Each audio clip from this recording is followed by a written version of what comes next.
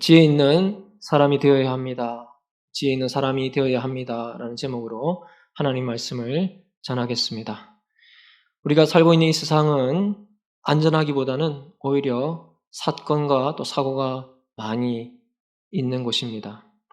때로는 우리가 다가오는 위험을 제대로 깨닫지도 못한 채 또 여러 가지 사건과 사고에 휘말리기도 하고 또 심지어 전혀 예상하지도 못했던 그런 함정에 빠지기도 하는 것입니다. 그러므로 우리 삶에 참으로 필요한 것은 무엇이겠습니까? 그것은 지혜입니다. 지혜가 필요합니다. 그럼 지혜는 아무리 강조해도 지나치지가 않습니다. 성경도 지혜를 아주 많이 강조하고 있습니다. 물론 성경에서 가장 많이 강조하고 있는 것은 믿음과 구원이지만은 그 다음으로 지혜를 강조하고 있습니다. 구원받은 그리스도인들이 이 땅을 살아갈 때에 꼭 필요한 것이 지혜이기 때문에 그렇습니다.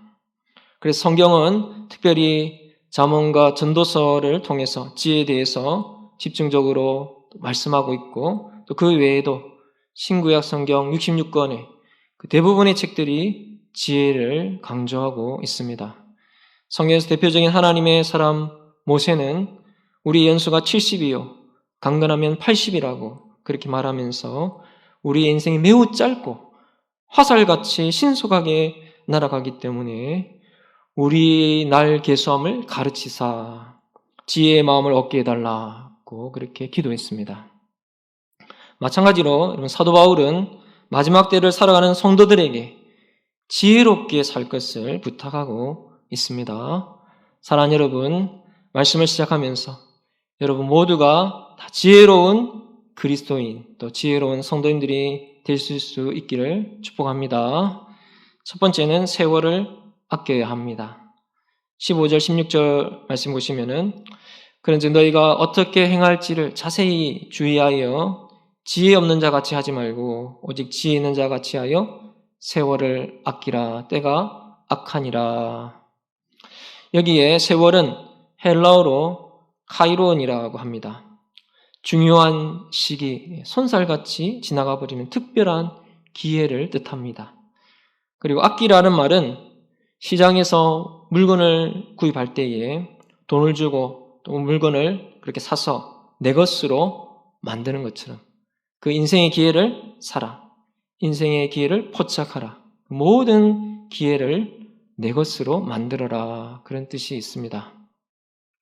그러므로 이것을 정리해보면은 세월을 아끼라고 하는 것은 손살같이 지나가 버리는 특별한 기회를 놓치지 말고 그 기회들을 사고 또 그 기회들을 포착해서 내 것으로 만들어라는 그런 뜻입니다. 시간은 하나님께서 우리에게 주신 최고의 기회입니다. 그러므로 우리의 시간을 함부로 사용할 것이 아니라 규모 있고 계획성 있게 사용할 줄 알아야 하겠습니다. 수많은 사람들이 시간의 가치를 모른 채 짜투리 시간이 생기면은 대충 시간을 때우기도 하고 또 대충 시간을 죽이면서 그렇게 살아가고 있습니다. 시간을 소중하게 생각하지 못하고 규모 있게 사용하지 못하는 것입니다. 이것이 어리석은 사람들의 모습입니다. 그러므로 우리에게 주어진 시간을 어떻게 활용할 것인가를 따져보면서 오늘날과 같이 때가 악하고 제약이 만연한 이러한 시대를 살아갈 때에 이렇게 시간의 중요성 어떻게 활용할 것인가 그것을 따져보는 것 그것이 삶의 지혜라고 할 수가 있습니다. 그렇습니다. 시간은 결코 사람을 기다려주지를 않습니다. 주어진 기회를 놓치고 나면은 후회만 남게 되는 것입니다. 여러분, 기회를 놓치지 마시기를 바랍니다. 지나간 시간은 결코 다시 돌아오지 않기 때문에 그렇습니다. 시험 성적이 아무리 좋아도 그것은 일회성입니다. 계속해서 성적이 좋을 수는 없다는 것입니다. 시간은 우리에게 딱 한 번 주어지는 것입니다. 또한 같은 시간에 두 가지 일을 우리가 중복해서 할 수가 없다는 것입니다. 예를 들어서 잠을 자고 있는데 잠을 자면서 또한 식사는 할 수는 없습니다. 교실에서 공부를 하면서 동시에 또 운동장에서 달릴 수는 없다는 것입니다. 그리고 시간은 순간적으로 지나갑니다. 여러분, 한 해가 긴 것 같아도 벌써 10월이 되고 또 11월 달이 되는 것입니다. 1시간 강의를 듣고 있으면 졸음이 오고 지루한 것 같아도 금방 손살같이 지나가 버립니다. 여러분, 시간은 신기하게도 현재만 존재하는 것입니다. 과거의 시간도 내 마음대로 돌이킬 수가 없습니다. 그리고 미래의 시간도 내 것이 아닙니다. 미래는 어떻게 될지 아무도 모르기 때문에 그렇습니다. 그러면 내가 시간을 낭비하지 않고 지혜롭게 사용할 수 있는 것은 현재밖에 없습니다. 따라서 현재가 중요합니다. 지나간 시간은 영원히 돌아오지 않습니다. 지금 연세가 또 70, 80이 되었는데 10대, 20대로 다시 돌아갈 수는 없는 것입니다. 그럼 우리는 시간의 원리를 잘 깨닫고 지혜롭게 사용할 수 있어야 하겠습니다. 많은 사람들이 시간의 중요성을 일깨워주기 위해서 시간은 돈이다 이렇게 말을 하지만은 그러나 여러분, 시간은 생명입니다. 한 시간 한 시간이 곧 생명입니다. 그래서 시간이 제일 중요합니다. 몽테뉴라는 사람은 이런 말을 했습니다. 내가 당신에게 돈을 구워달라고 하면은 당신은 주저할 것입니다. 근데 어디로 놀러 가자 이렇게 말을 하면은 당신은 흔쾌히 응할 것입니다. 그렇습니다. 대부분의 사람들이 돈보다 시간을 빌려주는 것을 아주 쉽게 생각합니다. 근데 만일 사람들이 돈을 아끼듯이 시간을 아낄 줄 안다면은 그 사람은 다른 사람들을 위해서 보다 더 큰 일을 하게 될 것이고 또 놀랍게 성장하게 될 것입니다. 가장 큰 낭비는 바로 시간을 낭비하는 것입니다. 그리고 시간을 잘 관리하는 지혜가 필요합니다. 사랑하는 여러분, 시간을 아낄 줄 아는 사람이 지혜로운 사람입니다. 지금 우리는 매우 악한 세상, 제약이 만연한 세상을 살고 있습니다. 뿐만 아니라 인생이 너무나 짧다는 것입니다. 화살처럼 지나갑니다. 그러므로 시간을 더 잘 활용하고 시간을 더 잘 관리하고 기회를 정확하게 포착해서 세월을 아껴야 하겠습니다. 성경이 말씀하시는 그런 지혜로운 삶을 살아가시기를 바랍니다. 두 번째는 오직 주의 뜻이 무엇인지 이해해야 합니다. 17절 말씀 보시면은 그러므로 어리석은 자가 되지 말고 오직 주의 뜻이 무엇인가 이해하라 그랬습니다. 주님의 뜻을 이해하는데 소극적으로 하지 말고 적극적으로 또 능동적으로 이해하라 그런 뜻입니다. 내 뜻과 내 마음대로 고집부리면서 그렇게 살아가지 말고 오직 하나님의 뜻을 잘 분별하고 바르게 이해하고 그 뜻을 쫓아서 그 뜻에 순종하며 살아가야 하겠습니다. 그래서 여러분, 우리는 언제든지 하나님이 원하시는 것이 무엇인지 생각해야 합니다. 고린도전서 1장 25절 말씀 보면은 하나님의 어리석음이 사람보다 지혜롭고 하나님의 약하심이 사람보다 강하니라 그랬습니다. 연약함이 있고 한계가 있는 인간의 지혜를 의지할 것이 아니라 모든 것을 하실 수 있는 전능하신 하나님, 지금도 선하신 뜻에 따라서 온 우주 만물을 통치하시고 지혜와 권능으로 다스리시는 그 하나님의 뜻을 이해하고 그 뜻대로 순종하는 것이 훨씬 더 유익합니다. 신앙생활은 여러분 열심히만 앞만 보며 달려가면서 그렇게 열심히만 한다고 해서 되는 것은 아닙니다. 그래서 우리의 열심과 열정도 중요하지만은 그러나 그보다 먼저 반드시 우선되어야 하는 것은 하나님의 뜻이 무엇인지 분별하고 이해하는 것입니다. 이해를 돕기 위해서 예수님께서 말씀하신 비유들 중에 하나를 소개하겠습니다. 이 세상에는 두 종류의 사람이 있습니다. 하나는 반석 위에 집을 짓는 사람이고 다른 하나는 모래 위에 집을 짓는 사람입니다. 우리는 모두 집을 짓고 있습니다. 집을 다 지으면은 그 집의 기초가 보입니까?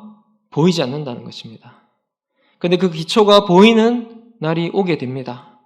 홍수가 찾아왔을 때, 즉 마지막 심판의 날, 그때에 모래 위에 지은 집은 무너짐이 심하다고 성경은 말씀하고 있습니다. 하나님 뜻이 무엇인지 이해하고 순종하는 사람은 반석 위에 집을 짓는 사람입니다. 홍수가 일어나고 심판이 임할 때에도 그 집은 무너지지 않습니다. 말씀을 준비하면서 하나님의 뜻을 이해한다는 거 하는 것, 그것은 구체적으로 무엇일까, 또 어떤 의미일까 많이 고민을 해봤습니다. 그것은 하나님이 가장 기뻐하시는 일을 행하는 것입니다. 하나님께서 가장 기뻐하시는 일은 무엇입니까? 그것은 생명을 구원하고 생명을 살리는 것입니다. 복음을 전하고 세상에서 헤매고 방황하던 한 영혼이 예수님을 영접하고 예수님을 주로 고백하며 그렇게 허물과 죄로 죽었던 영혼이 살아나게 되는 것입니다. 누가복음 15장 7절 말씀 보시면은 내가 너희에게 이르노니 이와 같이 죄인 한 사람이 회개하면 하늘에서는 회개할 것이 없는 의인 99으로 말미암아 기뻐하는 것보다 더하리라 그랬습니다. 하나님의 가장 큰 기쁨은 죄인 한 사람이 회개하고 주님께로 돌아오는 일입니다. 누가복음 15장에 보시면은 세 가지 비유가 등장하지만은 첫 번째 등장하는 비유는 어린 양을 찾아다니는 목자의 이야기입니다. 험한 산과 가파른 바위를 마다하지 않고 그렇게 골짜기를 가로질러서 마침내 벼랑 끝 가시덤불에 걸려서 꼼짝달싹하지 못하고 있는 그 양을 찾은 목자는 그 상처난 것을 싸매어주고 그 양을 어깨에 메고 너무 기뻐하면서 집으로 돌아와서는 친구들을 모으고 잔치를 베풀었던 것입니다. 이런 그림을 보시면은 여러분 잃어버린 그 한 마리 양을 찾은 목자의 마음이 얼마나 기쁘겠습니까? 이와 같이 하나님께서 가장 기뻐하시는 일은 죄인 한 사람이 회개하고 돌아오는 것입니다. 지난주에 학습과 입교 그리고 세례식이 있었습니다. 한 해 동안 여러 가지 우리가 행사들을 많이 하지만은 가장 의미 있고 가장 기쁨이 넘치는 사역은 무엇보다도 세례를 베푸는 일이다 이렇게 생각이 되어집니다. 특히 최근에는 코로나로 인해서 교회에서 수련회도 제대로 하지 못하고 전도 집회도 하지 못하고 예전처럼 행사들을 마음껏 진행할 수가 없는데 그럼에도 불구하고 담임 목사님께서 집례하시는 중에 학습과 입교와 또 세례식이 진행되는 것을 보면서 하나님께서 얼마나 기뻐하실까 하는 그런 생각이 들었습니다. 제가 너무 감격이 되고 감동이 되었습니다. 특히 지난 주간에는 건강이 극도로 쇠약해진 성도님 한 분이 침대에 누워 계신 채로 담임 목사님께 병상 세례를 받게 되었습니다. 저는 그때의 감동과 감격을 잊을 수가 없습니다. 담임 목사님께서 복음을 전하시고 또 영접 기도를 해주실 때에 그 성도님이 예수님을 믿게 되고 또 함께했던 가족들이 모두가 눈물을 흘리면서 그렇게 기도하시는 모습 보면서 저는 분명하게 깨달았습니다. 하나님께서 가장 기뻐하시는 일은 이것이구나. 이것이 진짜 목회의 본질이구나. 이런 생각이 들었습니다. 사랑하는 여러분, 무엇을 위해 살아가고 있으십니까? 나에게 주어진 시간, 또 나에게 주어진 기회를 어떻게 사용하고 있으십니까? 우리는 먼저 주의 뜻이 무엇인가 이해해야 하겠습니다. 하나님의 시선이 어디에 있고 하나님의 마음이 어디에 있는지 깨달아야 하겠습니다. 그래서 하나님께서 가장 기뻐하시는 일을 위해서 우리의 시간과 또 우리의 기회를 사용해야 하겠습니다. 하나님께서 제일 기뻐하시는 일은 잃어버린 영혼을 찾는 일입니다. 생명을 살리는 일입니다. 이 사역들이 계속해서 우리 안에 일어나야 하겠습니다. 이 세상을 헤매고 방황하는 사람들이 회개하고 돌아와서 예수님을 영접하고 예수님을 믿고 구원을 얻고 세례를 받고 생명이 살아나는 그 기쁨의 사역들, 그 사역들이 우리 안에 계속해서 일어날 수 있기를 소원합니다. 마태복음 28장 19절 20절 말씀 보시면은 그러므로 너희는 가서 모든 민족으로 제자를 삼아 아버지 아들과 성령의 이름으로 세례를 베푸고 내가 너희에게 분부한 모든 것을 가르쳐 지키게 하라. 볼지어다 내가 세상 끝날까지 너희와 항상 함께 있으리라 하시니라 그랬습니다. 부활하신 예수님께서 하늘로 승천하시기 전에 예수님을 믿는 모든 사람들에게 주신 사명입니다. 그러므로 어떤 어려움과 또 어떤 장애물이 우리 앞을 가로막는다고 할지라도 부활하신 예수님께서 우리에게 주신 사명, 생명을 살리는 이 일을 멈추어서는 안 되겠습니다. 우리 먼저 하나님 뜻이 무엇인지 이해할 때에 비로소 악한 세상 속에서 여러분 세월을 허비하지 않고 지혜롭게 살아갈 수가 있습니다. 그럼 어떻게 하나님 뜻을 우리가 알 수 있겠습니까? 어떤 사람들은 하나님의 뜻을 수수께끼처럼 생각하는 경우도 있지만은 하나님은 우리에게 분명한 뜻을 보여주셨습니다. 성경 말씀의 삶의 원리를 말씀해 주고 있는 것입니다. 그러므로 말씀이 우리 가운데 풍성하게 갈 때에 하나님 뜻이 무엇인지를 우리는 이해할 수 있습니다. 말씀을 늘 가까이 대하시고 또 하나님 뜻을 깨달아야 하겠습니다. 사랑하는 여러분, 언제든지 무슨 일을 하시기 전에 기도하고 성경을 읽으면서 하나님 뜻을 먼저 이해하시고 또 그 말이 또 그 일이 우리 가정에, 우리 공동체에, 우리 교회에 또 이웃에게 덕이 되는가를 분별한 후에 행해야 하겠습니다. 그래서 여러분, 오직 주의 뜻이 무엇인가 이해하고 순종하셔서 지혜로운 삶을 살아가시길 바랍니다.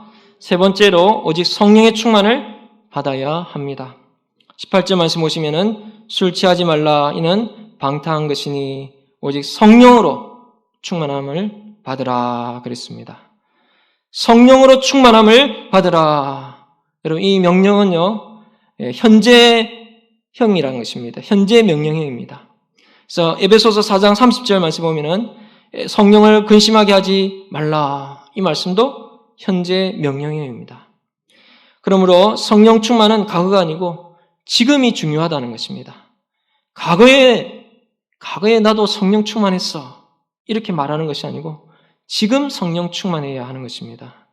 우리가 성령 충만과 성령 세례를 구분해서 분명하게 기억하실 필요가 있습니다. 성령 세례는 우리 예수님을 믿을 때 단 한 번 받는 것입니다. 지속적으로 계속해서 성령 세례를 받으라 그렇게 명령하지는 않았습니다. 그래서 예수님을 믿을 때에 성령께서 내 안에 들어와 계십니다. 그리고 한번 들어오신 성령은 영원히 떠나지 않습니다. 그러면 이것을 꼭 기억하셔야 되겠습니다. 어떤 분들은 자기가 기분이 좋고 감정이 괜찮으면은 마음에 성령님께서 계신다 이렇게 생각을 하기도 하고, 때로는 또 기분이 우울하고 마음 상태가 막 엉망일 때는 성령이 나를 떠나신 것은 아닌가 그렇게 생각하면서 불안해하는 그런 경우가 많이 있습니다.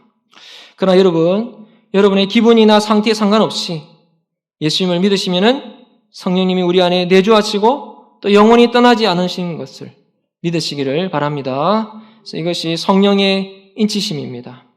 그래서 우리가 예수님을 나의 구세주로 영접할 때에 성령님이 나에게 오셔서 인을 치십니다. 너는 내 것이다. 이렇게 도장을 찍는 것입니다. 그 도장은 취소되지 않습니다.